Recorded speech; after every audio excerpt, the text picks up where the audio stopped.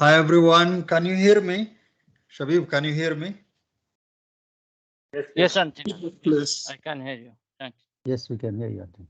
Great. Good afternoon and good morning if you are in the Western Hemisphere.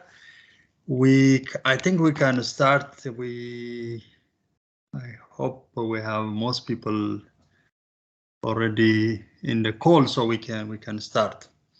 So before we start, let me just introduce myself for those of you who don't know.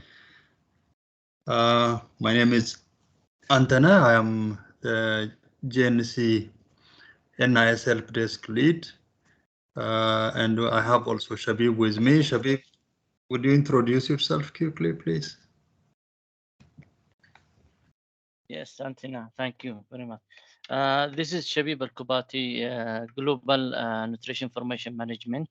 I'm here to support Anthony in this one regarding Humanitarian Need Analysis Toolkit.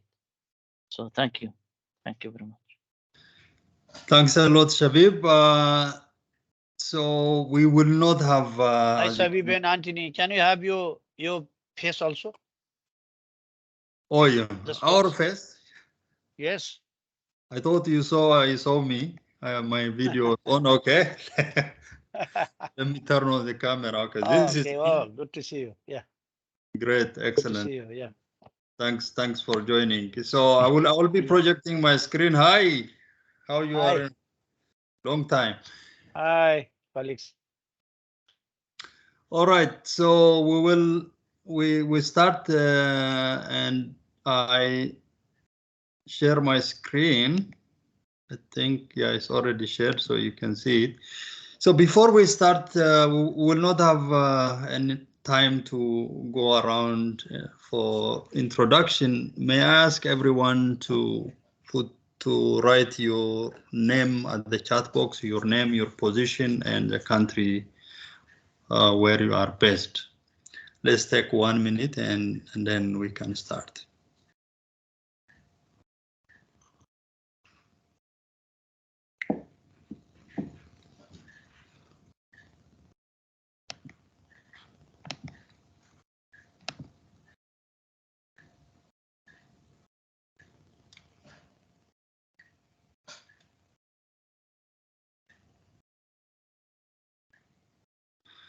Okay, so as you are writing, we can start. So today we will be covering the HPC 2023 HPC process and the intersectoral needs analysis aspect of it. And followed by that, we will have a detailed session on the nutrition humanitarian needs analysis process. I will give you more of a theoretical brief about the whole process, and then followed by that, Shabir will do a practical demonstration of the GNC HNO tool, and finally we will have a couple of slides on the key cross-cutting considerations that we need to take in the HNO HRP process. And finally, we will have a dedicated Q&A session where we hope this will not take more than 2 hours. In between sessions, you will have opportunity to ask. You can post any question you may have at the chat box, and I will attend to the questions in between the subsessions. So by the end of this session, we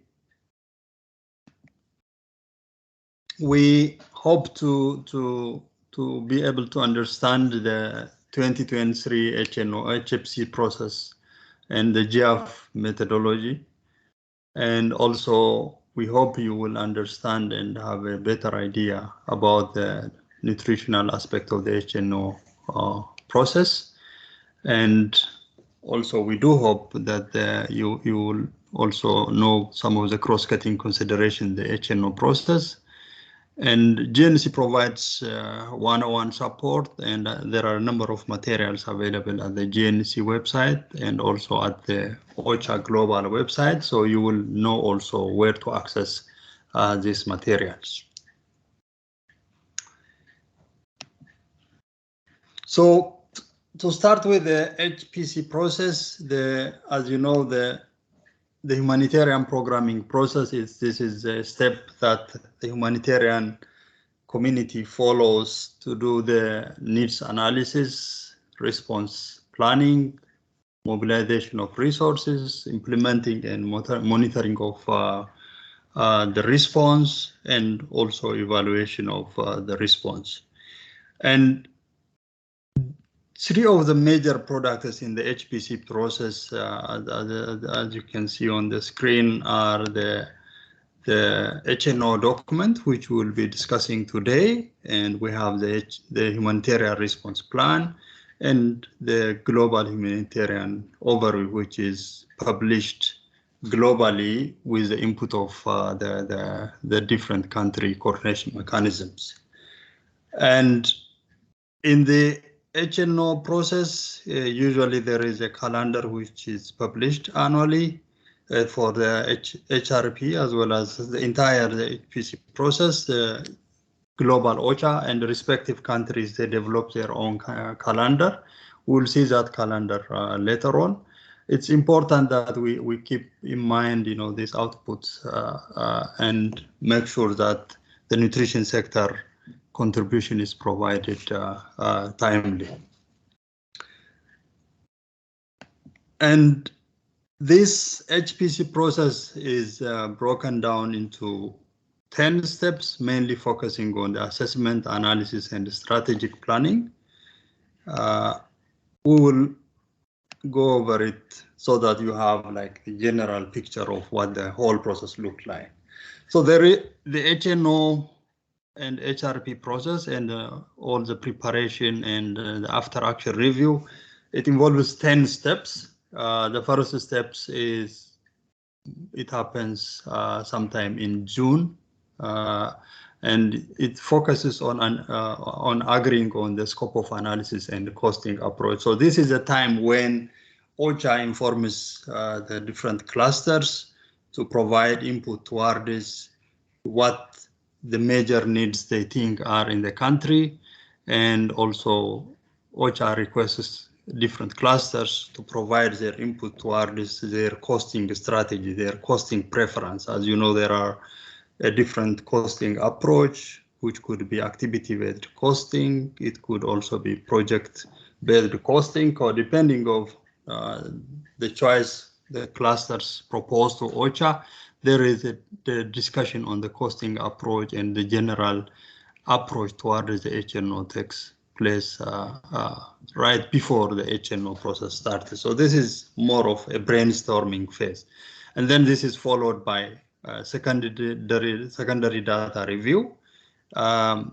Usually this is conducted with the leadership of OCHA, usually in a workshop setting where there will be a brainstorming session to discuss the data availability from the respective clusters, and each cluster is requested to provide their data sets.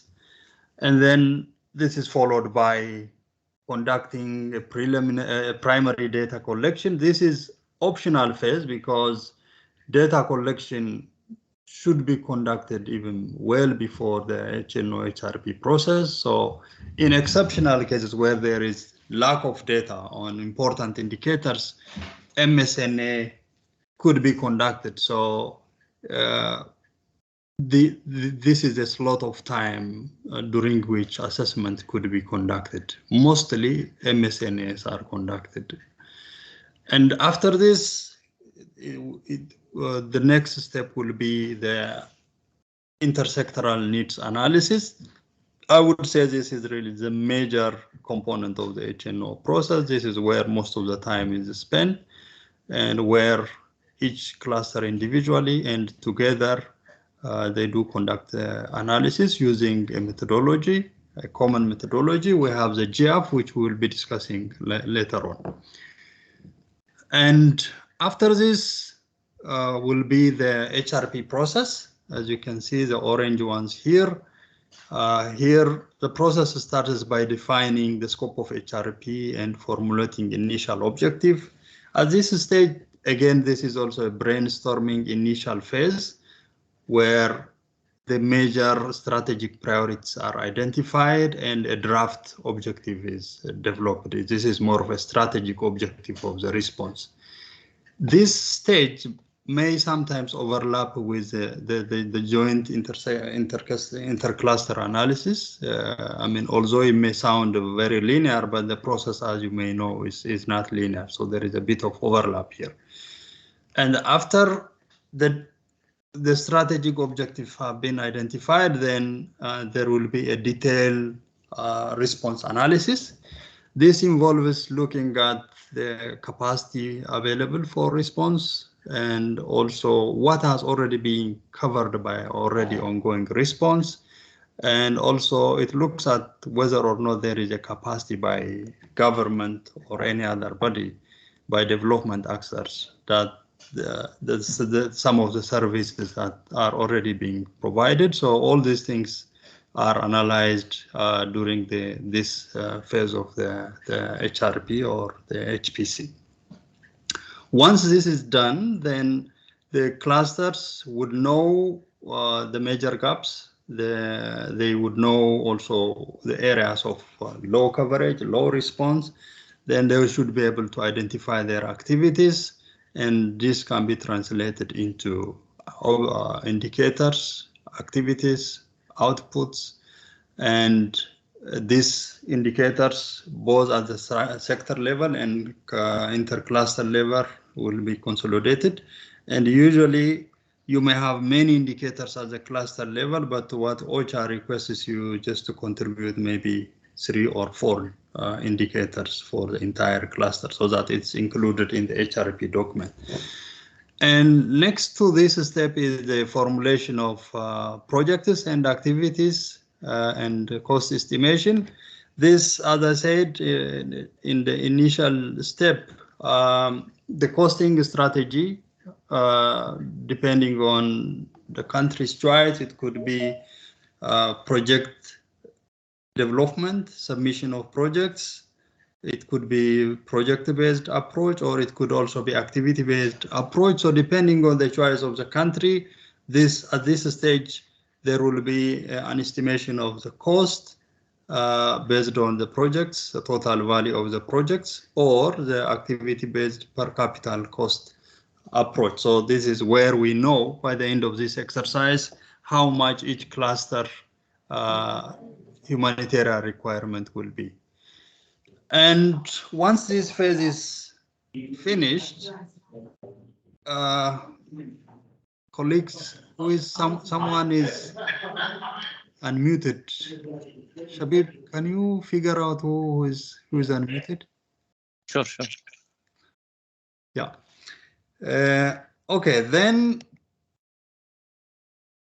by the end of this step 8, we know the total value of the humanitarian requirement for each sector and for the total for the country. This process usually happens ideally is expected to be completed by end of November, so that the country's humanitarian requirement, the financial requirement, is included in the global humanitarian overview. The global humanitarian overview launch happens usually in Geneva, and usually the launch happens during the first week of December. That's an opportunity for the countries to communicate to the humanitarian community how much their financial requirement is and how many people are they going to reach during the course of the year. So once this phase is done, then it's more of after action review during January and February. So these are the steps in the HPC process. It's always important to keep in mind the whole process, and also is expected from our colleagues in the country to provide timely input so that nutrition needs are reflected properly. So in terms of calendar, I hope you have seen this at the country level, but OCHA Global publishes this annually. This year, the HPC facilitation package was published by end of May. You can access it at this website. You can see all the step-by-step guideline, and this is indicative calendar. This is assumed that most countries follow it, but depending on the country, you may have your own specific calendar. So as I mentioned earlier, the preparatory for the HNO process or the whole HNO HRP process started sometime in June. This is defining the scope of the analysis, and also it looks at the costing approach. Then is followed by the HNO process, which is secondary data review and also conducting primary data collection if required. And then finally the joint intercluster and cluster level analysis of needs. So ideally, the HNO process is expected to be completed within these 3 months, and by then, in most countries, you should expect to have the draft of the HNO document. So as I said, there is a bit of overlap between the HNO and HRP phase. So in August, the HRP process starts by defining the strategic objectives. Then this is followed by the formulation of the specific activities, and also the response analysis and development of indicators, and then costing, and finally publishing the HRP financial requirements. So by end of November and beginning of December, we should expect that the HRP, ideally, I mean, in most cases it happens, but in some cases it may not happen. In fact, actually, some countries, they publish their HRP requirement by first quarter of the following year. And also some countries may not fall into this calendar. They may have their flash appeal. So, but in any case, in general, this is the indicative calendar that most countries follow. So by end of December, by end of November, sorry, and by beginning of December, we will have completed the HRP process. So that's briefly about the calendar, and then of course by end of each HRP HNO phase, there is a time for after action review. This usually happens in a more informal setting. This is just to see how well the process went, if there are anything that need to be improved. This is an opportunity to discuss that. Okay, so now we go to the HNO discussion. I will spend much of the remaining time on the different steps of the process. Before we do that, it's important really to remind everyone about the expected outputs of the process. So we'll do a quick poll on that, so that we refresh our memory, and also we know what to expect from the HNO HRP process. So I'm going to launch a survey, and you will see it on the screen shortly. It's loading.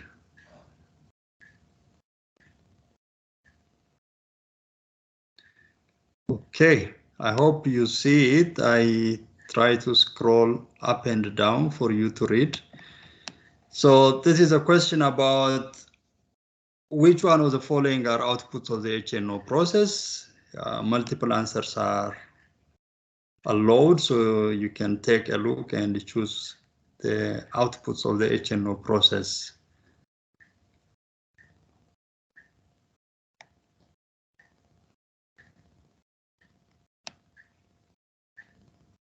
So 30 seconds would be, I hope, will be sufficient. So.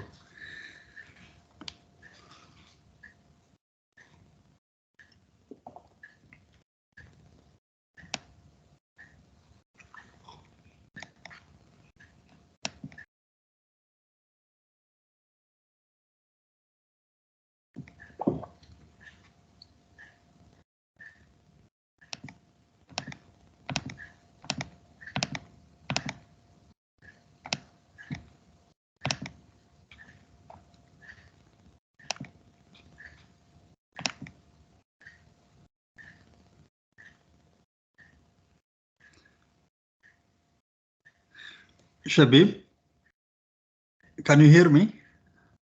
Yes, Antina, I can. Is it possible to submit multiple answers? In MS Team.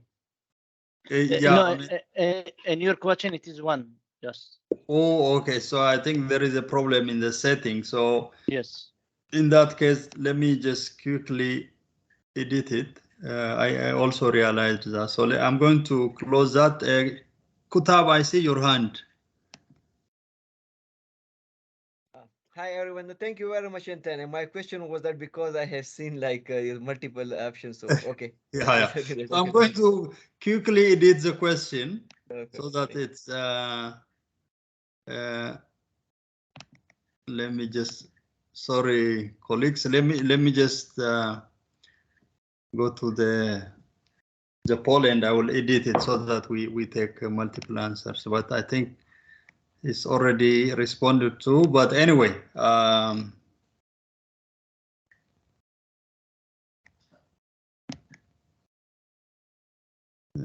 Yeah. Okay. So I think some people have responded, so it's better for us to proceed. I should have allowed multiple answers, but it's okay.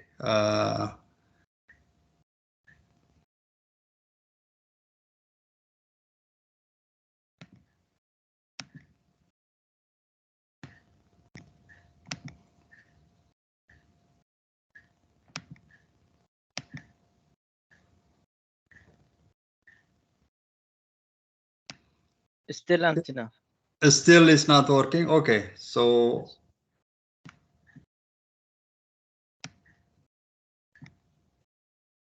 All right, so I think let's move to the slide. So I think the setting didn't work this time, but I'll check for the rest of the polls. Yeah, in any case, let's see what the outputs are. Apologies for the problem with the poll. So in terms of the outputs of the HNO HRP process, the HNO process, there are a number of outputs, as you can see on the screen.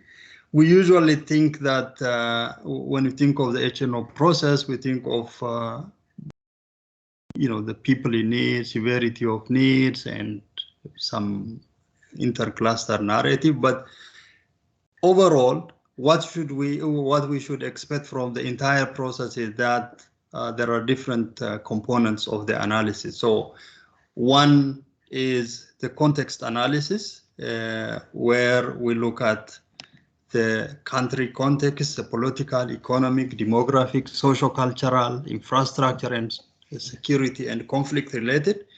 This is a section within the HNO document that describes the overall country context. And when it comes to nutrition, this is more of a basic cause analysis. As you know, we use a UNICEF conceptual framework, so it is more or less similar to the UNICEF conceptual framework for analyzing the cause of malnutrition. So in this aspect of the HNO, you see the analysis of the country profile. Then comes specific to the emergency situation, the analysis of the shocks. This is about identifying the drivers of the need, the hazards, the underlying factors, and also looks at the pre-existing vulnerabilities of people. So when you talk about shocks, here we are referring to mostly acute shocks that have a potential to cause humanitarian needs. This could be conflict, it could be natural disaster, it could be socio-economic related situation, or it could be some natural disaster like the earthquake and so on. So the different clusters led by OCHA, they sit and look at the occurrence of these major events and shocks, and they also assess what the actual and the potential expected impact of these shocks will be during the year. Then, while you discuss these important shocks, of course, you definitely think about what the impact is, and the impact can be seen in three ways. One, in terms of humanitarian access, like for example, if the main shock is conflict, we see whether or not that conflict has caused disruption access to humanitarian access. And we look at also, for example, the system and service are disrupted. For instance, the basic services like health, nutrition, education, and others. And also we look at how actually it affected people. Did that particular shock made people to get displaced? Did it cause protection problem? Did it cause any other problem that affects the daily living condition of people? All these are assessed under the impact analysis. Then these three phases combined will lead us to the orange boxes. After the analysis of the context, the shocks, and the impact, then we will know which areas are affected by these particular shocks and what the impact is like. And we also know the population groups affected by this. For example, if it is conflict, it may lead to people to get displaced, or also it may cause damage to service provision, and as a result of that, there would be people affected by lack of services. So we would know by the end of this stage the areas affected and the population groups. And this leads us to the next step, which is usually sectoral level analysis, where we know which one of these areas are mostly affected. We rank them in terms of severity of their needs. So there will be severity of needs analysis by area, by administrative region, and by population groups. And at the same time, we do also people in need analysis. This looks at actually the estimated number of people who are in need of humanitarian assistance. We may need to have intersectoral level people in need analysis, and we also have sectoral level analysis, and we look at also specific services within cluster level. And at the same time, while we do the people in need analysis, we look at also the projection of needs. This particularly is very important for nutrition because we look at prevalence cases as well as incidence cases during the course of the implementation of the response. So overall, when you think of the HNO process, I hope you all agree that we tend to focus on these three steps: severity of needs, people in need, maybe projection, but we tend to forget this aspect, which shouldn't be the case, because this, especially the first three parts, are about the narrative of the humanitarian situation in the country, and that narrative should clearly spell out what the nutrition situation is, what the underlying factors are, who are impacted by the situation, which areas are more affected by the situation, and what population groups are actually more affected than others. So it's very important we pay attention to the entire process rather than really the more sector specific severity of needs, people in need, or projection of needs analysis. And coming to the HNO document itself, this is an example from Somalia. here you can see in the document itself, I don't know whether you can see it clearly. I can try to zoom it out a little bit. Here you can see impact of the crisis and humanitarian condition section. Here it talks about the context, the shock, and the scope of analysis, humanitarian conditions, severity, people in need, and number of people in need. So all these sections are, we discussed in the previous slide, these are the outputs we should expect from the HNO analysis.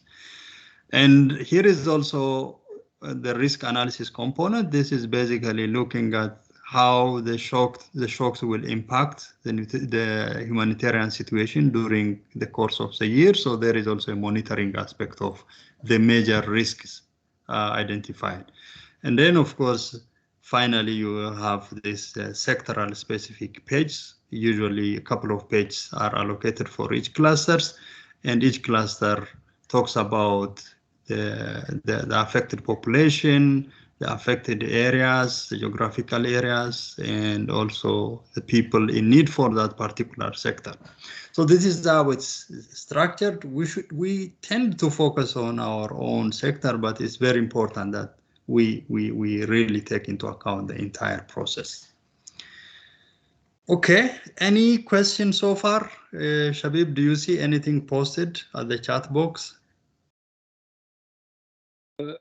No question.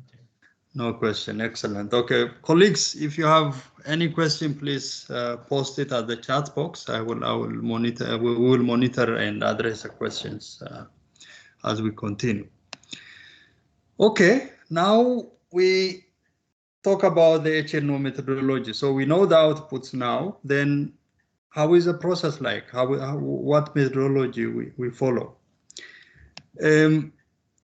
As you may know, since the last couple of years, the intercluster needs analysis led by OCHA applies the joint sectoral analysis framework, the GF framework. The GF framework is currently under revision, but still we are using the version 1 of the GF. And it has a framework, and it has also a detailed methodology. And I do hope that most countries at this time are using this framework. The idea of using the GF is to make sure that there is really a consistent approach in the need analysis globally. And also it helps the countries to prepare the HNOs and subsequently the HRP in a more organized manner. In the past, we have seen some inconsistencies between countries. So this is an effort to make sure that there is a uniform approach and also a better approach to address the need analysis. As you can see, there are different components of the analysis framework. Here you can see the 5 pillars: the context, the event and shocks, the impact, the humanitarian conditions analysis, and also here the forecast, the projection aspect of the analysis framework. And under each these pillars, the 5 pillars, there are some sub-pillars. I don't know whether you can see it, but I can read for you. For example, under the context, you look at the political, economic, socio-cultural, demographic, security, technological, environmental, and a number of other macro level context of the country. And after this, you look at the events and shocks, you look at the underlying factors that lead to the humanitarian situation, and you look at also the impact of those factors on people, whether the impact of the shock has caused interruption in access to humanitarian services, whether it has affected systems and services, whether or not it has impact on people. So you look at these aspects of the need analysis using the framework. So the first 3 parts of the framework. They help us to define the scope of analysis, meaning which areas are affected and which segment of the population is affected by the humanitarian situation. Then this leads us to the humanitarian condition phase. This, as I said, is more of sectoral, more sector specific. Of course, it does have also an intersectoral element. And we look at the people in need and severity of needs. And eventually, the whole exercise is to make sure that we have really a compelling story about the needs of the affected people. So here is very important that the nutrition story, the nutrition needs story is really well represented in the need analysis narrative of the country. So we, as I said, we usually pay attention to the sectoral aspect, our own sector specific aspect of the need analysis. We should also pay attention to really to the intersectoral aspect of it. So I will be showing you some of the outputs of this analysis. We take examples from countries, and that way you will understand, okay, when we say context analysis, what does the output looks like in the HNO document. So here we have examples from Somalia. These are excerpts from the HNO document of Somalia. We took a section from the context page of the Somalia HNO 2022. And there is also a section which talks about the shock and impact of the shock. And we do have also nutrition cluster page, which talks about the overall context of the nutrition needs. So when you look at here, let me just zoom this part out. So here, in the first part of the HNO document, you see the political, socio-cultural, demographic, and economic profile of the country. Here it talks about the overall country situation. For example, in case of Somalia, it talks about the political divisions, also the electoral process. It talks about the tension, the political tension between different parties, and also it talks about the flaring up of the violence and conflict. So all these things you see here, these are more of a contextual description of the particular context. Like in case of Somalia, as you know, this country has been in conflict, and there is a very huge political problem, and it talks about that. And of course, I didn't include here the detail of the economic aspect, but there is also a section on the economic situation. And now, looking at the shock also in the HNO document of Somalia, it talks about what the underlying drivers of the humanitarian crisis are. In this case, obviously, conflict is a major driver. It talks about the driver, the conflict as a driver, and then it talks about what it caused in terms of displacement and when it occurred and where it occurred and the humanitarian implication of the conflict. And it talks about also here the drought. This is more of agroclimatic situation. It talks about that driver. And more in detail here, it talks about what the impact of that particular shock or hazard is. It talks about how many people were displaced, whether or not it contributes to escalation of conflict, and it even goes to how the situation has, both the conflict and the natural disaster, has affected the provision of public services, basic services. It talks about how the health services are affected and how it has also impacted in terms of outcome of the public health outcome. So this way, we know the context, the shock and the impact of shock, and it goes deep into also the impact on basic services provision and systems and services and access to humanitarian services and so on. And then finally, it goes to the sectoral level. This is usually expected from each cluster to really describe the needs of the specific sectoral needs in the context of the whole country by looking at the underlying factors. So in case of Somalia, the nutrition cluster there, it talks about the factors that nutrition is a major public health problem in the country, and it talks about also what are the underlying causes of the situation, and also it talks about the different components of the need, and it talks about some of the nutrition sensitive aspect here. It talks about the water and sanitation situation.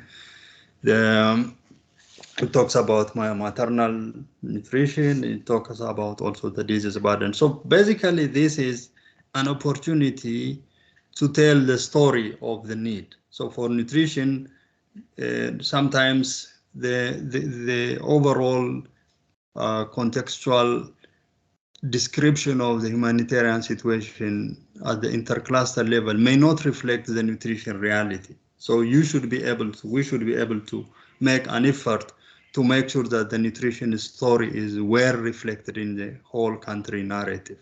So it's very important that we pay attention to this aspect. Okay, any questions so far?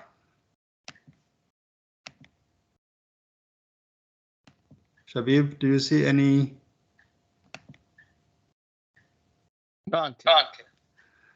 Okay, so let us see a couple of examples as an exercise.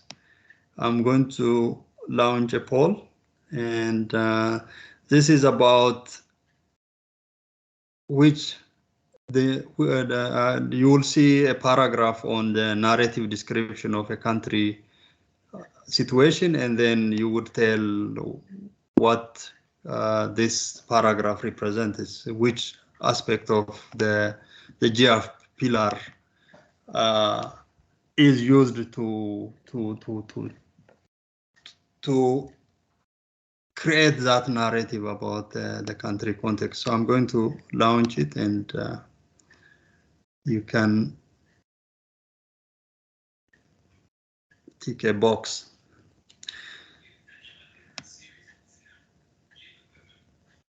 Okay, so here you can see the extract from the intercluster narrative of a hypothetical country.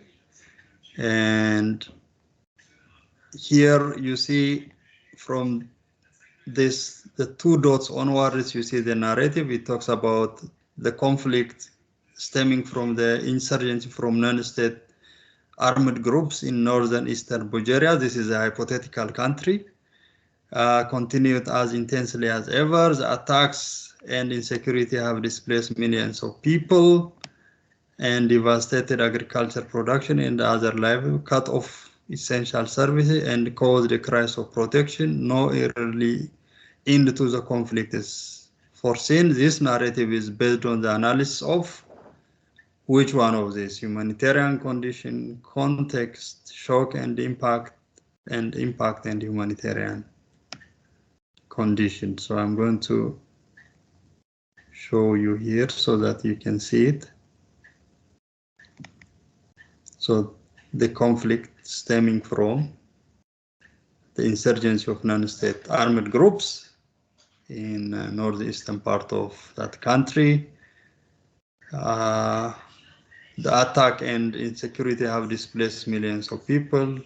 It affected agriculture and other livelihoods, cut off essential services, caused protection, concerns, no early into conflict is foreseen. Then, so then the question is, this narrative is based on which aspect of the GF pillar? Is it the humanitarian condition? Is it the context? Is it the shocks or the impact?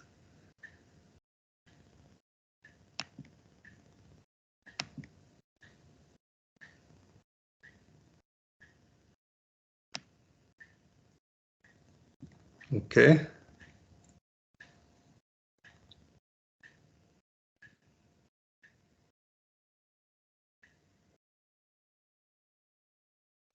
I only see so far 16 responses.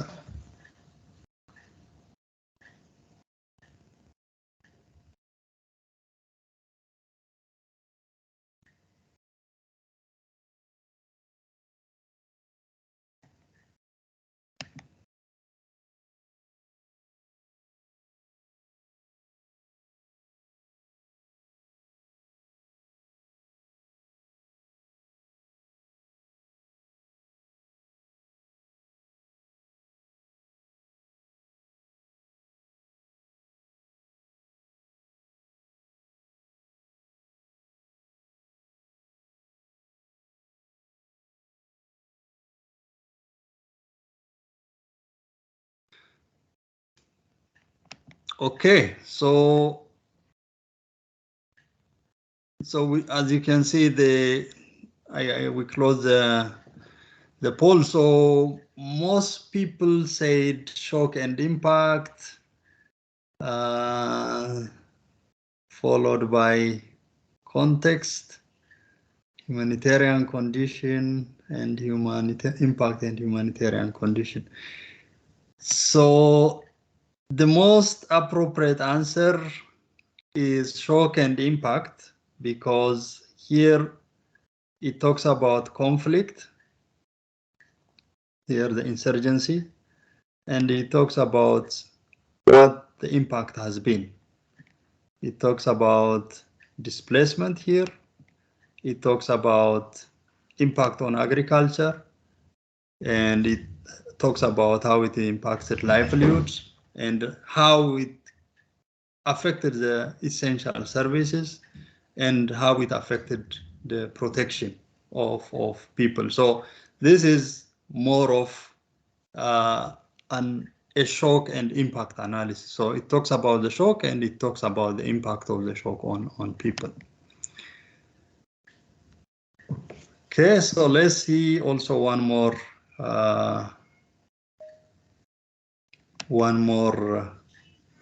example.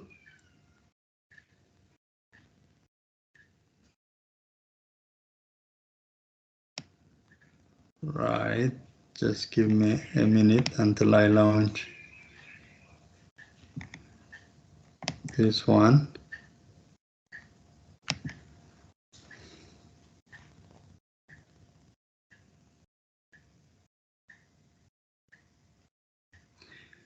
Okay, here is also another excerpt from the HNO document of a hypothetical country. It talks about some aspect of the need analysis.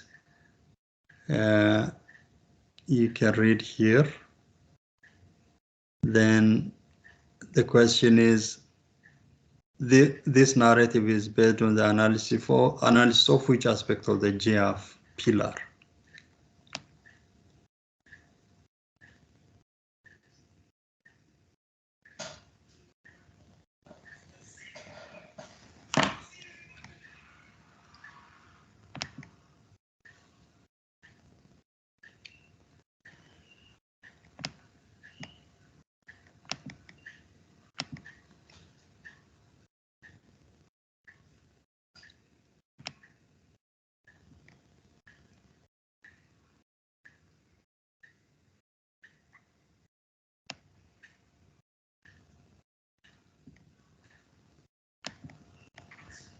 Ephraim.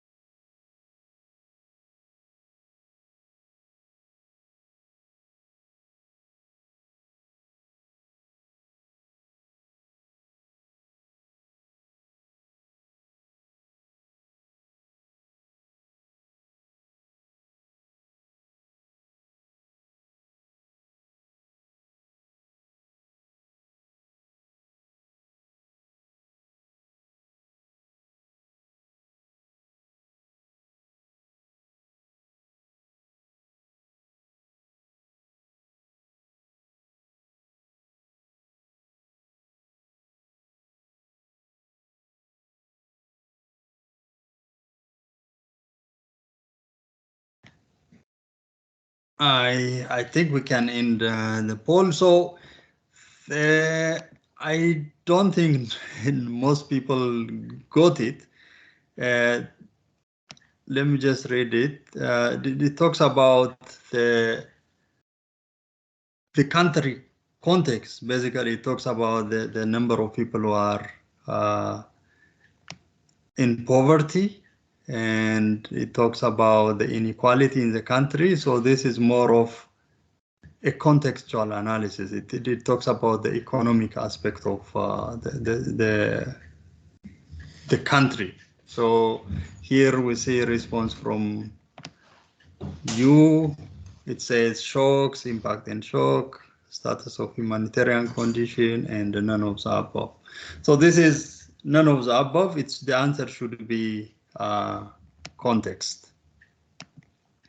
Okay, let us move on. Shabib, is there any question posted? No. No, so far. Okay. Okay, let's move on. Moving on, we see in as I mentioned in the 3 pillars of the GF, the context, shock, and impact. This analysis helps us to define the scope of the need analysis. When we say the scope of need analysis, we simply mean the geographical prioritization as well as also the identification of the most affected people. So once you do the context, shock, and impact analysis, you should be able to know which geographical areas are really of concern, which areas you need to focus. Of course, we wouldn't expect to cover the entire country in the analysis because some areas may not be relevant for the analysis. For example, a good example is in Nigeria. As you know, the humanitarian response concentrates on northeastern Nigeria, and the rest of the country is not really included in the analysis. So how we know that is based on the context, shock, and impact analysis. So how is it done? So what happens is indicators are basically picked from the different clusters. Most of you went through this process in the past. As you know, OCHA asks 1 or 2 or 3 high-level indicators from each cluster, and then they combine all these sectoral indicators, and they look at also indicators related to the country context. They also look at the hazards, the chokes, and based on that analysis, the analysis team comes up with a list of geographical areas. They may give you like the administrative regions which you should be using for the next step of the analysis, for the analysis on the severity of needs and the people in need determination. So this is a very important phase, and we need to make sure that nutrition needs are really taken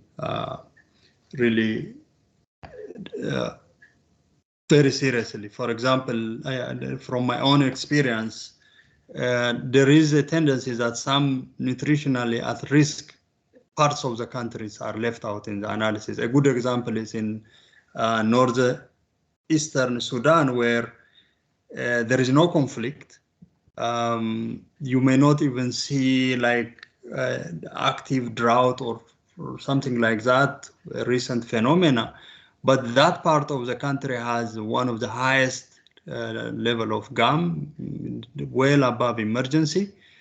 But it may not be a geographic priority for the rest of the clusters, for basically almost every cluster. And OCHA tends to exclude that part of the Sudan from the analysis. So what we used to do was, you know, we tried to make a case. We advocated with our head of agency and also with the very important partners and including the donors, the inclusion of that area, although there may not be overlap of the needs which involve the other cluster, but it's definitely a critical priority for nutrition. So what is really expected from us in this phase of the analysis is to make sure that areas which are in a critical need of nutrition services should be included in the analysis.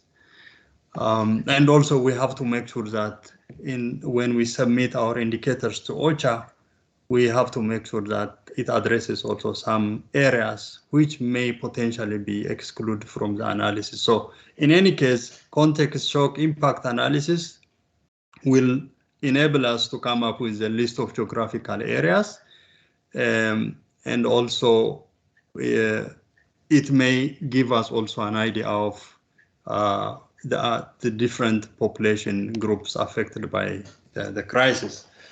And for example, in terms of affected populations, you may find displaced people, IDPs, refugees, host populations, and returnees.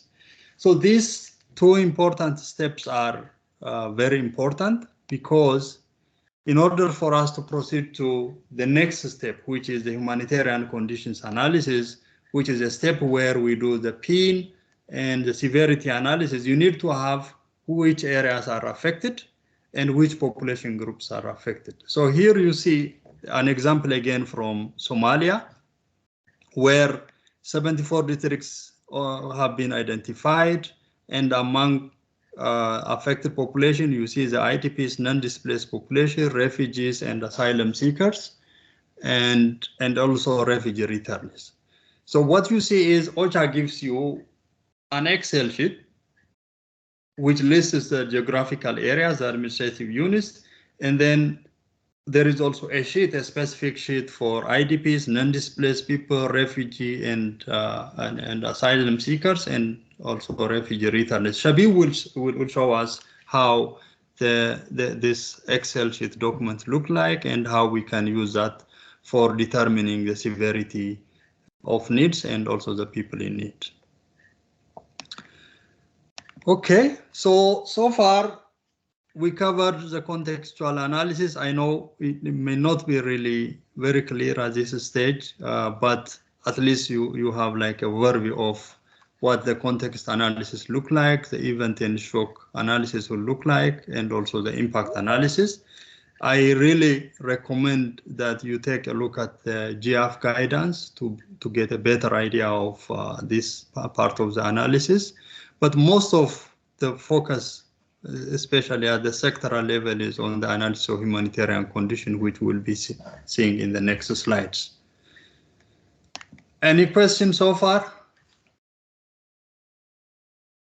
Anything posted at the chat box, Shabib? No. Okay, I hope everything is clear. If not, happy to address your question. So now we come to the next stage. Someone raised his hand, Logan Ronald. Okay, let's take the question because we didn't receive a lot of questions. I think it's good to give a chance. Okay. Please, may I come? Yes, please. Okay, thanks for the great presentation. I have just want to understand because I have my connection interrupts for some minutes. I don't have the right answer about the last exercise. The right answer is none of the above, or yeah. I don't have it really, because when you give the answer, my connection is not come back. Okay. Yeah, I have an interruption. Thanks Can a you lot. Please come again. Yes, good. Thanks a lot. The answer was none of the above. The analysis, the narrative analysis you saw was a context analysis. The context analysis, as you may have seen in the GF framework, it talks about the country, economy, demography, socio-economic situation, the cultural infrastructure, and all these macro level aspects of the country. So in that paragraph, it was talking about 70% of people are poor, under poverty line, and there is also widespread inequality in the country. So this definitely is a contextual analysis. So the answer was context. Okay, any other question?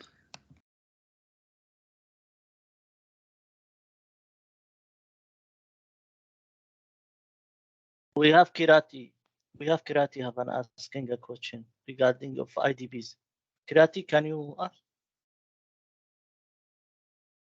Yeah, just I don't even think it's a question, but when you try to look at the previous slides where Anthony was mentioning the population groups affected, especially with the example of Somalia, and this is something that I have seen consistently because of this joint analysis with other clusters.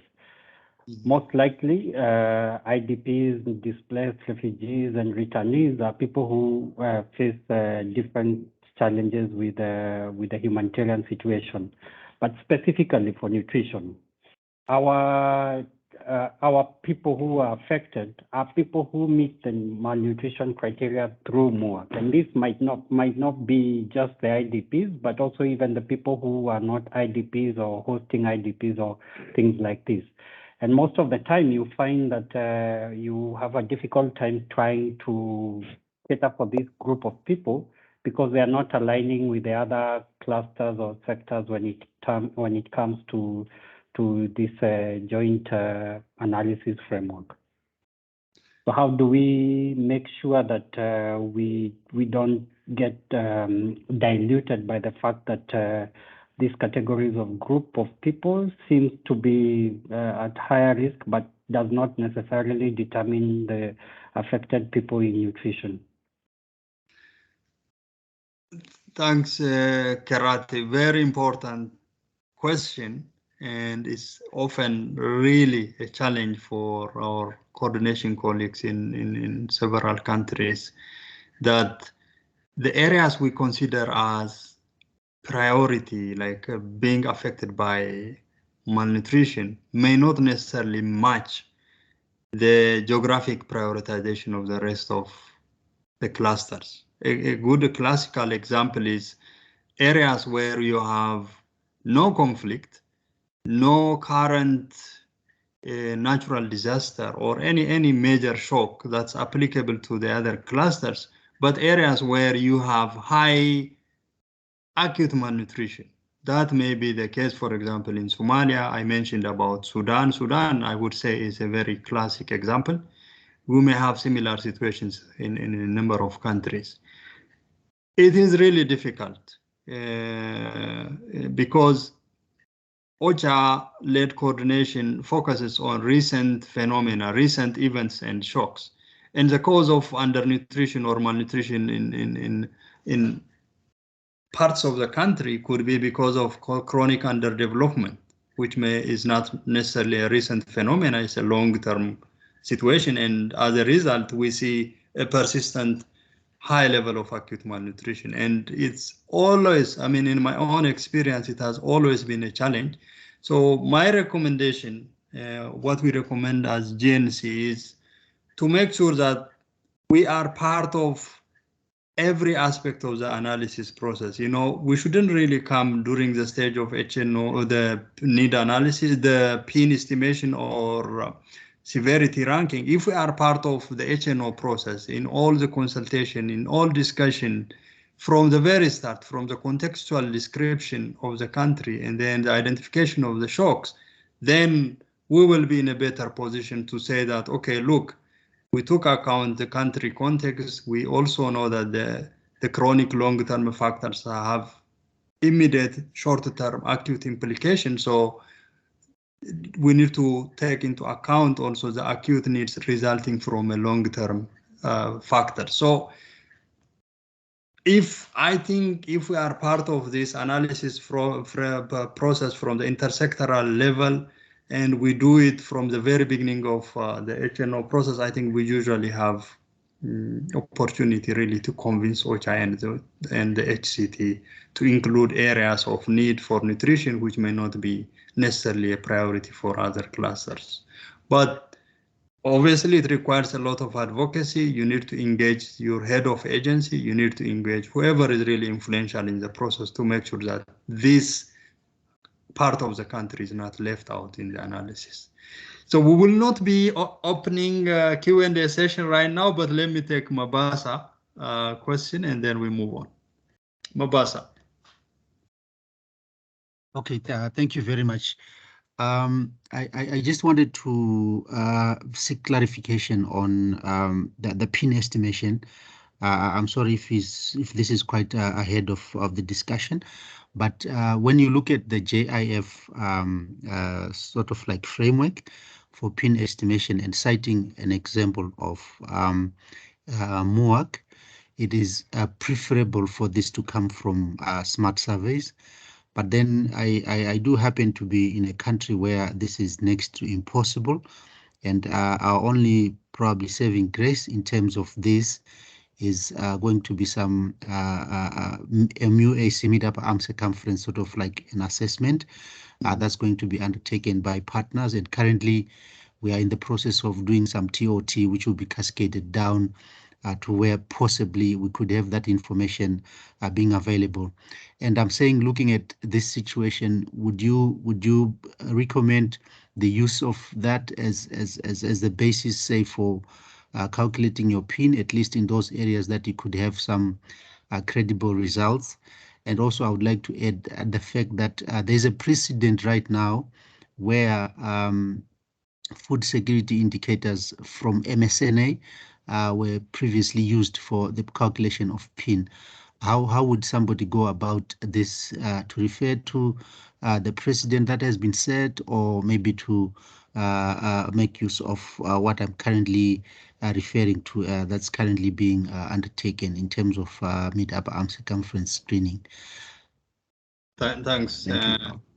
Thanks, Mabasa. Very good question. We are actually going to look at that aspect of the analysis. Now we moved to the humanitarian conditions analysis, which is sector-specific analysis. We look at how we calculate the people in need. We look at also severity of needs. And in doing so, we look at what sort of indicators to use. So you said, how can we use the MUAC as one criteria? I think is a very important question, but there are countries where even they don't even have anything on acute malnutrition. So the choice of indicators, we'll discuss about it shortly.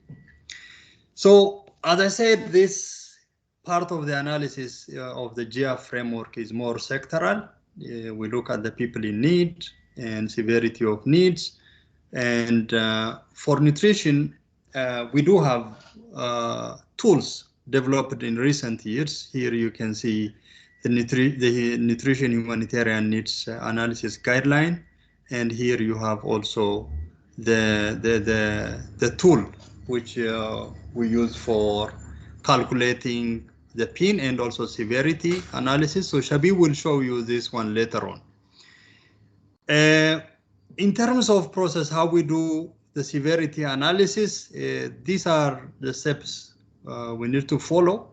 We always start by assessing the data availability on key indicators. We usually check whether or not the acute nutritional status indicators like the GAM and SAM, and that's really the most sensitive indicator, as you know. But in the absence of GAM and SAM data, then we have to look for other indicators of nutritional status and nutritional risk. So the first step we need to do in the analysis process is checking the data availability. Do we have really data related to the nutritional needs? And a good way to do so is there are a list of indicators within the GNC tool, which are aligned with the GIF classification of indicators, living standard indicators, and physical and mental well-being indicators. So we refer to this registry, and we pick the indicators from there and see if we have really the data on those indicators. Then once we have identified the available data, we check which of the different options of analysis we follow. The GNC has 3 scenarios of options for data analysis. This depends on availability of data on GAM and whether or not there is IPC data available in the country. So we'll look at that shortly. Then once we determine which scenario, like scenario 1, in case where the GAM is very high and we have IPC. Scenario 2, where we do not have, where the GAM is high, but there is no IPC analysis and there is no possibility of conducting IPC acute malnutrition analysis, then that's considered like scenario 2 in terms of data availability. And thirdly, we may not have GAM, high GAM or greater than 5 GAM. In that situation, then we will look at other indicators which are related to nutritional risk. And then once we select which scenario is applicable to the country, we look at the indicator severity ranking. And for that, we need to look at the threshold. The threshold, we have a standard threshold, but it may vary depending on the country. So we highly encourage the country team to revisit those thresholds and see whether the thresholds are applicable to your context. So that's how the severity analysis is done within the nutrition cluster.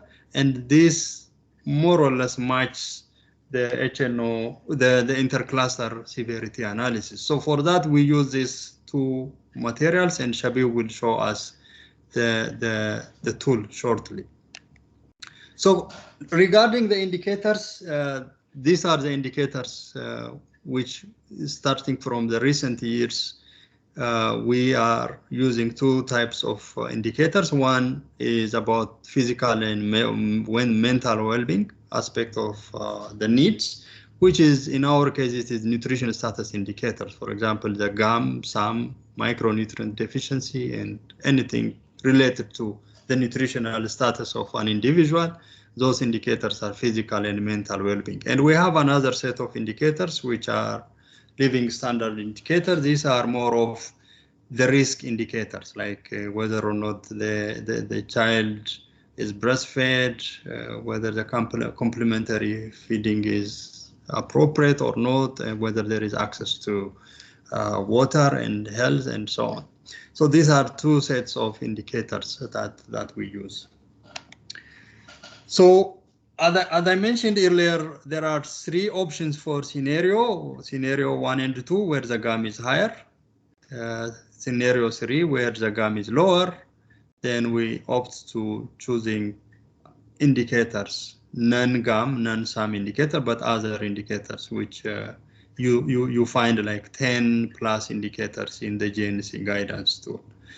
And here is the decision tree, which you may refer and use. And here is a description of, really how you use these indicators. For example, in case of scenario 1 and 2, where ideally if we have IPC, that would be the best case. And we classify the severity using GAM. And we use the qualitative analysis of contributing factors. In case where the GAM is less than 5, it falls under scenario 3 in terms of data availability, and the classification is based on scoring system. We have like 10 indicators which you can use, and all these indicators are available in our own guidance tool. So this is a tool which Shabir will be showing you, where you enter the administrative unit, which you got from OCHA or intercluster level. By the end of context, shock, and impact analysis, they give you a list of geographical areas, and they give you also population figures on that for those areas. And then you pick the indicators most appropriate to your case, and also you apply the most appropriate threshold to your country, and you run the tool, and it generates the different severity categories. Here in this one, you see phase 1, phase 2, phase 3, phase 4, and so on. So that way you would know the severity of the situation in that particular country. Okay, so I stop here, and Shabib, you have 10 minutes to take us through the demonstration of the severity ranking of the tool. Over to you, Shabib. Thank you, Antina. Can you hear me? Yes, I can hear you. I'm going to stop sharing, and I will hand it over to you. Thank you. So I will share my screen.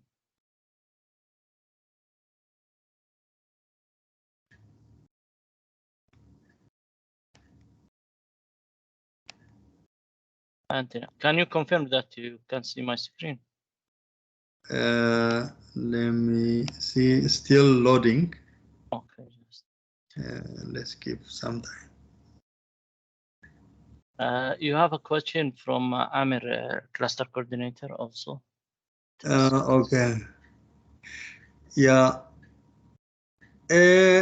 Amir, in case where the GAM is less than 5, IPC doesn't have any role, because the idea of IPC is to make sure that the nutrition acute analysis is done in a more multi-sectoral way by taking into account the nutrition specific indicators and nutrition sensitive indicators. So if nutrition is not of a concern, meaning if the GAM is less than 5, so there is no point analyzing the nutrition, acute nutritional need using multi-sectoral indicators. So usually IPC acute malnutrition is not done in those kind of countries, yeah, where the GAM is less than 5.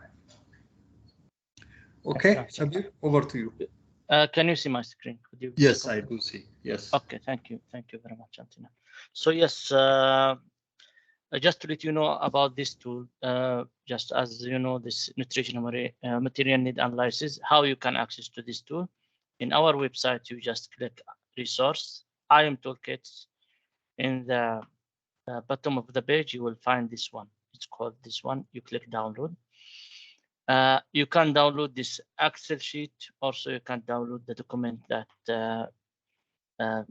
explained by Antina. So you can have this information from the website. Regarding the tools, I will just go through the tools. Yes, the idea behind the tools is we have something that's called nutrition information system from different agencies like UNICEF, WFP, WHO, FAO, SAF Canada, a lot of technical persons who have this meeting to come up with one of these tools. As I remember, while I am working with whole of Syria, we have a different indicator. So every country, I think they have different indicator. To mention, for example, the severity ranking. Some of them, for example, in the whole of Syria, sometimes OCHA requests from us to include, for example, the type of area, if it is besieged or hard to reach, and sometimes they ask us to add IDBs. But the good things with this tool, it is standardized. So no, if you all these technical person, they come with this tool. So once you download the tools, you will find it is responsible for two things. The first thing is severity ranking, and the second thing is the population or people in need. So here, based on what language you are speaking, you can select French or Spanish. So you can change the language, but for now I will keep it English. After that, you can see all the sheet, it is changed. Here you can, in the second sheet, you can find all the indicator, and you can see the unit description, denominator, numerator, disaggregation, how you collect this indicator. You can see from the second sheet. And for the third sheet, you can see, for example, the threshold. The good things, this group of people, they come up with a threshold for most of this indicator, and most of them know about this threshold. For example, if the GAM rate is less than 5, we can say phase 1 or acceptable, and you can use it for other indicators. Regarding the fourth sheet, evidence and reliability, yes, if you wanted to know more about this one, if you go to, for example, to page 15, you will understand how this comes. So you have two things to measure. It is time reference and sound of method.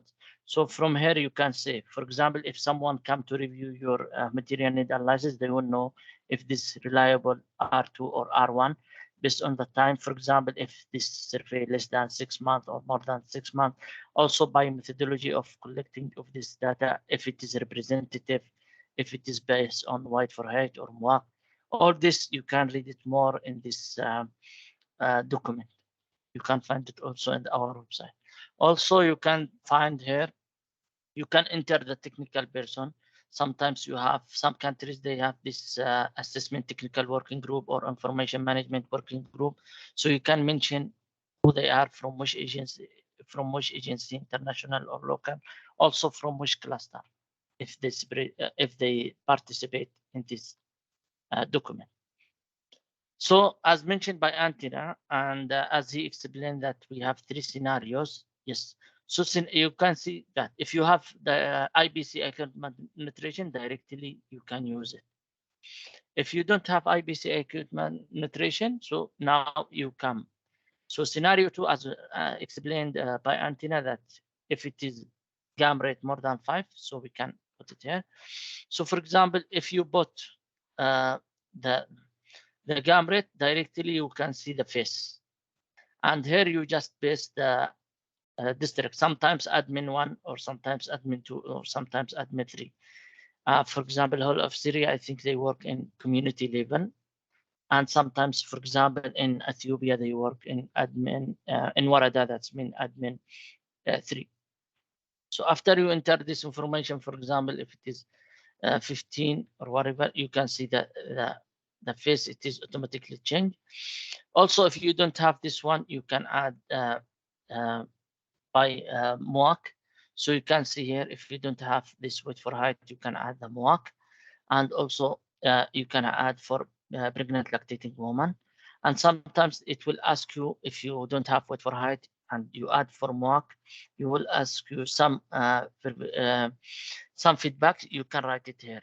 What is the justification for using the MWAC, not using the weight for height? So also you have contribution factor, you can see here. So you can enter this contribution factor from other sector like WASH, food security, or health. You can add it in this one. This is just a dummy data or sometimes standardized indicator. But if you don't have these things, you can remove it from our template.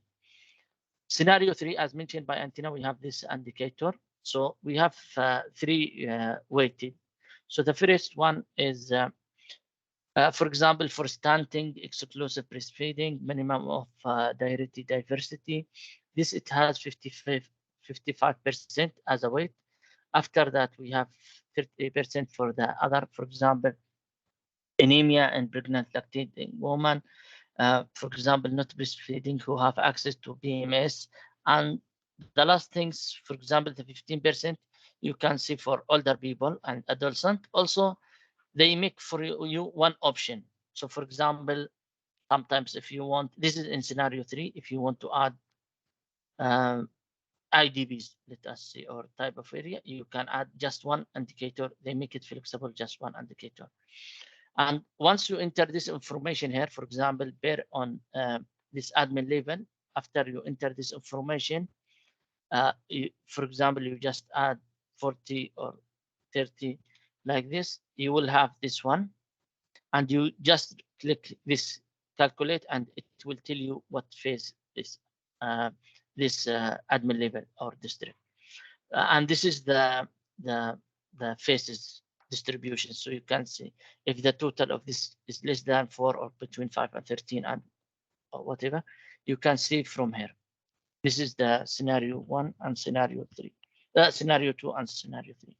Also, you have the contribution factor for scenario 3, the same area for scenario 2. This is will help you just to understand more the intersectoral affected and malnutrition. So this is the first part. The second part, as I mentioned, it is population figures. So regarding the population figures, I can take. Yes, Antina. I will do that one, the overview, and then we will proceed. Okay. Okay. Yeah. Okay. Thanks a lot, Shabib. Just colleagues, yeah, this is the tool available in 3 languages, available in our website. We recently modified it. There were some problem in the formulas, but now it's fixed. You can use it. You don't have to really reinvent the tools. Yeah, we know that OCHA in every country, in most countries at least, gives a list of a spreadsheet with a list of administrative areas divided by population groups, and sometimes they enter the indicators on your behalf, but sometimes they just give you the population figures and the population groups, and they will let you do your severity analysis. So what we recommend is, once you get the affected area, the affected population figures, then you enter those figures by population groups in this GNC tool, and basically it generates the severity ranking applicable to your case. And the good thing is the severity scales are similar to OCHA, so you will have 1 to 5 scales, and the tool can generate that easily for you. So make use of it, and I understand that it may not be really easy to understand by just this presentation. This is just only to introduce it to you, but feel free to get in touch with me and with Shabib to understand more about the tool. So this is about severity ranking. Let me just take you to the other one, which is the PIN calculation. So can you see my screen, Shabir? Yes. Okay, so people in need estimation for the nutrition sector. My slide is not moving. Let me try. Can you see it now? Yes. Okay. So people in need estimation for the nutrition cluster, it follows these steps. First, we identify the geographical area. Based on the intercluster analysis, you know which areas are going to be included in the analysis. So you use that information. You look at the scope of need analysis step of the intercluster analysis. Then using that information, usually the IMOs, you enter the data from the OCHA list of geographical areas and the population figure in your template in this spreadsheet, which Habib is going to show you, or your own spreadsheet that you create for your respective countries. Once you enter that, there is a sheet on the estimated affected population, where you don't take the general population. You instead need to have a percentage of under 5 children 6 to 23 months, or 0 to 23 months, pregnant and lactating women, whichever age group is applicable in your case. In almost all cases, our primary targets are children under 5 and PLNW. You put the applicable population proportion for those groups. So Shabib will show you shortly.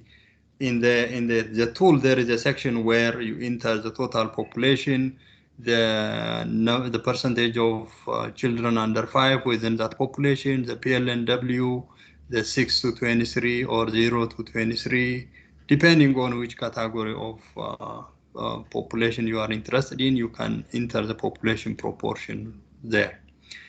Then the next step will be the selection of the package of nutrition services.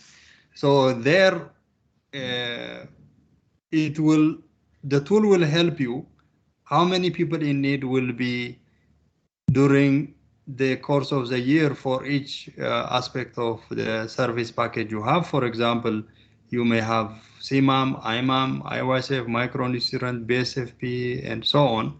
So you insert those indicators from the list of physical and mental well-being and living standard categories. And in the spreadsheet, they give you, the tool give you how many people will be in need of CMAM, how many will be in need of IYCF services, micronutrient, and BSFP. So once you select this, you run the tool and it generate the total as well as also people in need by these service categories. So this is the step you follow. First, identify the geographical area, determine which part of the country you will be focusing. This is based on the intersectoral analysis, followed by using the affected population figure, which is given to you by OCHA. You enter the total population of the affected population, the general population, and then from that, you take the proportion of children under 5 and PLNW. The children under 5 could be 0 to 59, or it could be 0 to 23, or 6 to 23, depending on which age group is applicable in your case, which target group you want to target in your response phase. So you pick that, and then you do include the different indicators for your people in need estimation for sector specific, service specific need estimation. You use these different categories available in the tool, and then finally you use the tool to calculate it.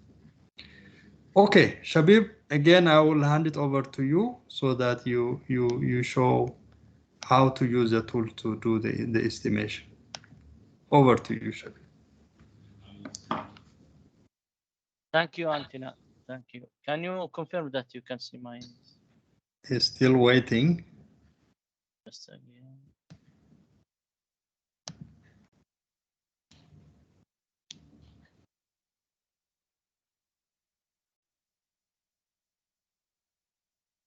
Okay, now I can see. Okay, thank you. So yes, regarding the second part of the tool, it is the population figures and people in it. So the good things with this tool, you just should enter your information in this sheet. After that, it will calculate for you physical and mental well-being, standard micronutrient deficiency, also the total pain. So first of all, just as you can see that I add the code, the B code from OCHA and this admin level. This is Somalia example. We just take Somalia, and after that you will enter the population figures, total of population for this district as Somalia, and children under 5. So once you enter the children under 5, you can calculate this gender. For example, how many of them, this 22, how many of them are girls and how many of them are boys. So you can find this, it's supposed to be the totals equal to this one. So it is 22. Here it is not the same. Some other they do different calculation. For example, they say 50%, 49%, 51%. No, this is both of them. They're supposed to be equal to this one to be to have a correct calculation. Also for 0 to 5 months, if you have it from OCHA, or you can do it just divided by 6. Every 6 months, you can divide this by 10%, and you can get these figures. For example, for children 0 to 5 months, 6 to 11 months, and also 6 to 23. So just to make it clear for you, in case you don't have for this category, I will just explain it for you. So this is for sure you will get it from OCHA, sometimes analysis, or from census of the country. So this you can find it, but sometimes you don't find this 0 to 15 month or 6 to 11 month. In easy way, we just, if you don't have this figure, we just divide it like this, 10. After that, we divide it by 10%. So for example, if I need from 6 to 23, that means 30% out of children under 5. So this is how we calculate this one. And also you can get the pregnant lactating woman and also only pregnant woman. So that's mean 8%, only 4 of them are pregnant. That's mean for sure the lactating, it will be for the other 4%. If you need to analyze your data also, or you have this information for older people or adolescent, you just add it here. And here it is come to enter this assessment result.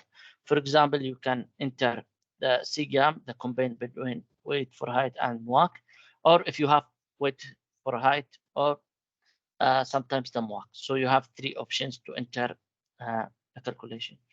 For example, the prevalence of GAM rate. Also, you will do the same for the SAM, and you have for BLW. Once you enter this one, per admin level or district or whatever, you can find here after that this you have to fill this information. So you can let us know the incidence factor, for example 2.6. Some of country they use 1.6. Also you can tell us the inpatient. For example, the default we do just 10%, and the coverage you will do for SAM, and the coverage you will do for MAM. For example, 75% and here 50%. This is for children and blanket supplementary feeding. And also, if you have the percentage for disability, you can mention here to have the result for disability. This is just for children, and here for BLW, the same things. The coverage for BLW and for blanket supplementary feeding. Here is the target supplementary feeding program. And if you have disabled BLW. After you fill this information, you can find here after that this automatically calculated for you. So it will tell you how many number of children should be screened, how many of them are inpatient, how many of them are outpatient. This is as a people in need. We speak now as a people in need.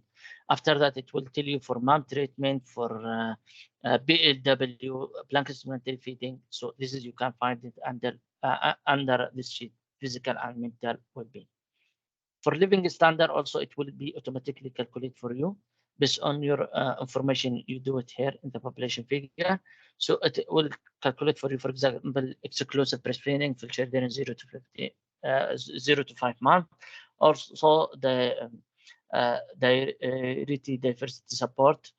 You can find here the PMS, whatever. So I know some countries, they don't need all this indicator, but it is automatically calculated for you.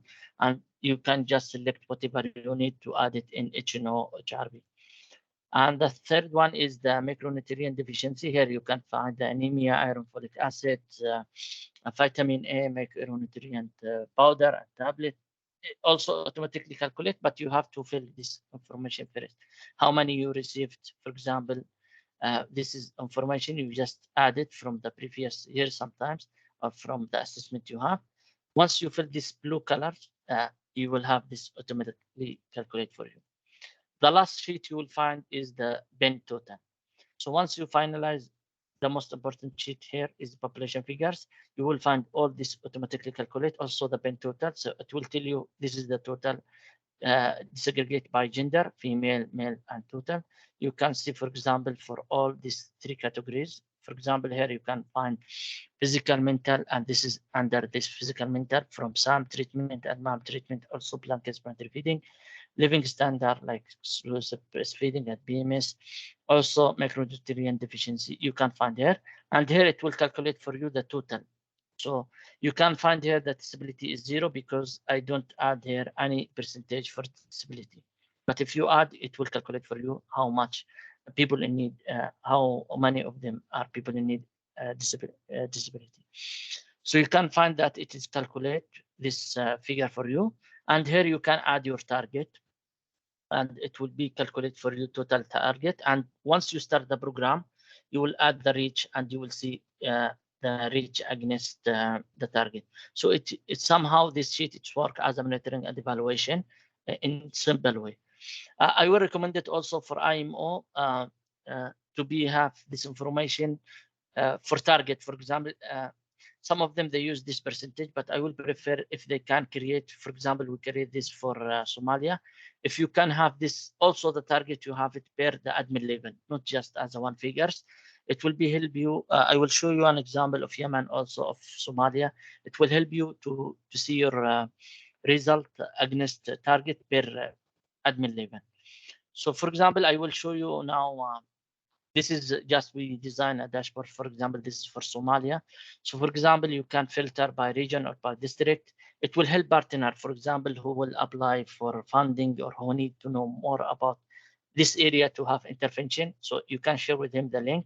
After that, he will know that, okay, in this area, I have this number, I should screen this number, the people in need for treatment, inpatient, outpatient, all this indicator, we just speak about it for IYCF for macronutrient. He can find it from here. Also, he can find as a chart what is the more, how he can target, or they can filter, for example, this area, and if he needs some specific district he just mentioned, and after that he can plan his program. In the other sheet you can see the because I do here a filter, sorry. So for example, this one, it will tell him which area it has high number of people in need. That's mean PLW and children under 5. So he can find the more darker, the more people in need there. This is just, we work with Somalia to update this one as a severity ranking. So you can find here which area is highest severity ranking. For example, if it is phase 5 or phase 4. So this one is the humanitarian need analysis. If you have this tool very well, you will have a good reporting system. So for example, this is an inspiration from Yemen team, and we also applied this one for Horn Africa, Somalia, Ethiopia, and Kenya. So you can find here, for example, if I want to select this area, I can see the compare for this area. I can know this is the admission, this is the target, how much I reach, for example, and how much I can from PIN. So sometimes you can just filter and you will see your progress against target and against PIN. Because of that, I would recommend it from IMO to have the target also per admin level, not just as a one figure, 50% of total. No, I would prefer to have it per admin level. So that's all from my side, Antina, and please let me know if you have any question. Thank you. Thank you, Shabib. Thanks a lot. You covered a lot of things in the tool. I do think that it may not be sufficient to help people to understand it. Sure. We are happy to organize one-on-one session with whoever is interested to have more guidance on this one. So we'll thanks, Shabib, for this. And this is just an introduction on how you can use the tool. Yeah. Okay.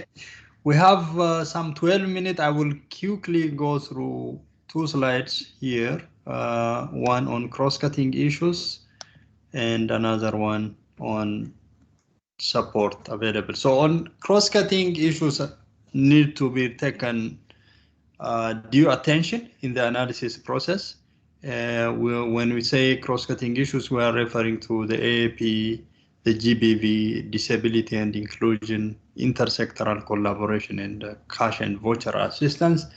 I'm not going to go through all these key considerations that we need to take into account now in this presentation, but there is a checklist which we have developed, and it lists 10 plus indicators that you need to look at while developing the need analysis. And there are important questions, bullet points, which talk about in that particular category of indicator what you need to make sure that is addressed within the HNO document. So I will not go to this checklist, but by end of this webinar, we will send you all the materials and you can access the checklist. This is just a quality assurance checklist. We developed it in 2022, it's still valid. We haven't yet revised it.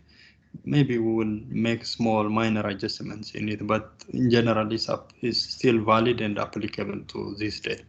So we will share this with you, and you can use this as a way of self-quality assurance, so that the analysis you make meets really the standard. And by the way, this is developed based on the global HNO quality assurance checklist, which is used by the Interagency Standing Committee members led by OCHA to annually review all the HNOs produced globally. So they sit in a committee, and the committee sits and look at the quality of individual countries' HNO documents, and they put a rating, whether that HNO was done well. If there were some concerns, they just flag some of the gaps in the report. So we took that and we kind of adapted that into nutrition.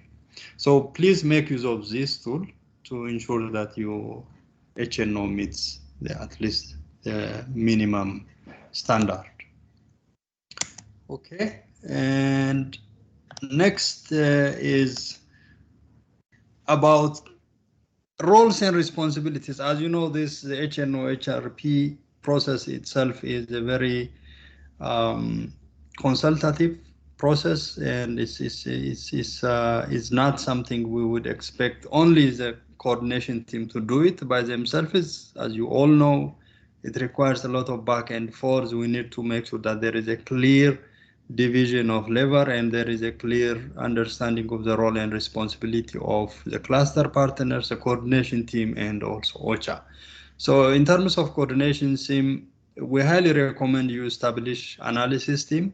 I hope most of you have done it already, or if you want to do, please, either you can use existing assessment and information management technical working group. You can task this group to be like a group of experts to look into your data analysis process. And you can also use the same group for the HRP phase of the HPC process. And of course, it is by default our responsibility to make sure that the data is really collected properly, analyzed, presented, and visualized in a way that makes it easier for people to understand. So this is one of our primary role for, especially for the IM. And we have to be also very proactive, as you can imagine, to engage in intercluster level, and we need to have really a considerable voice in the analysis which takes place at the intercluster level, because we don't want nutrition to miss out of the overall contextual analysis of the country. Of course, as I said again and again, it's a consultative process. We need to make sure that the SAG is involved wherever we have SAG. If not, we need to consult with the key partners. From cluster partners, participation in all phases is required. They need to share available data, as you know, and they need to participate also multi-sectoral needs assessment exercises. And AAP, cluster coordination team cannot do by itself. It has to be done by the partner. So make sure that in the need analysis phase, you help partners to do some AP exercise in relation to the need analysis. Of course, cross-cutting issues, unless they are included in the analysis, is very difficult. In the assessment, is very difficult to do it in the analysis. So whenever partners do assessment, please help them to make sure that cross-cutting issues are addressed, and they also pay attention to cross-cutting issues in their or partner level analysis, and also in their assessments that they share to you. And another important role of the cluster partners is also to review and provide feedback on the analysis by the coordination team. They shouldn't blame the coordination team once the process is over, and they should be part of the exercise, and they need to provide their input throughout the process. So these are some of the roles and responsibilities that we need to keep in mind, and they are not new, but at least we have to remind ourselves that this is a very consultative process.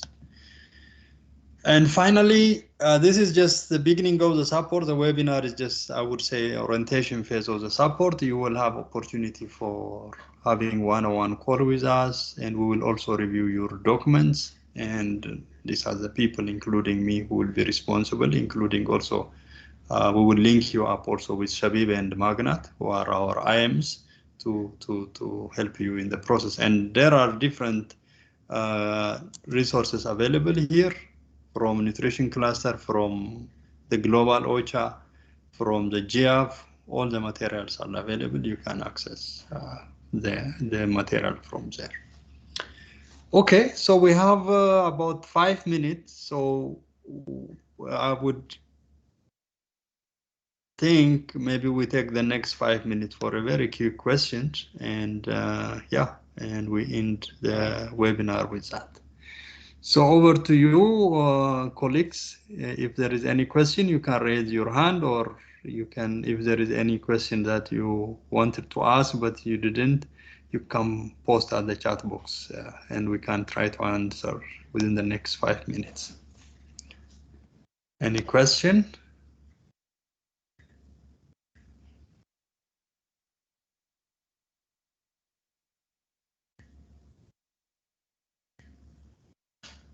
I do not see any hand raised.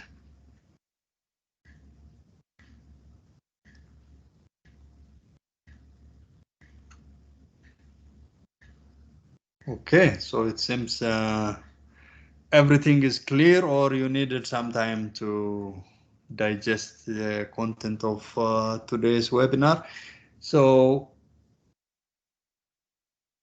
yeah, so what we do is we will share all the webinar materials. We will reshare the need analysis guidance, the links to the GF guidance, a step-by-step guideline to the HPC 23 process, and also the recording of this webinar. We'll share it with you. And yeah, I see there is no question. So thank you for joining, and I hope it's helpful, and please feel free as usual to get in touch with us, and you are not alone. We will be happy to support you throughout the HNO and HRP process. Okay, with that we finish the webinar, and thank you so much.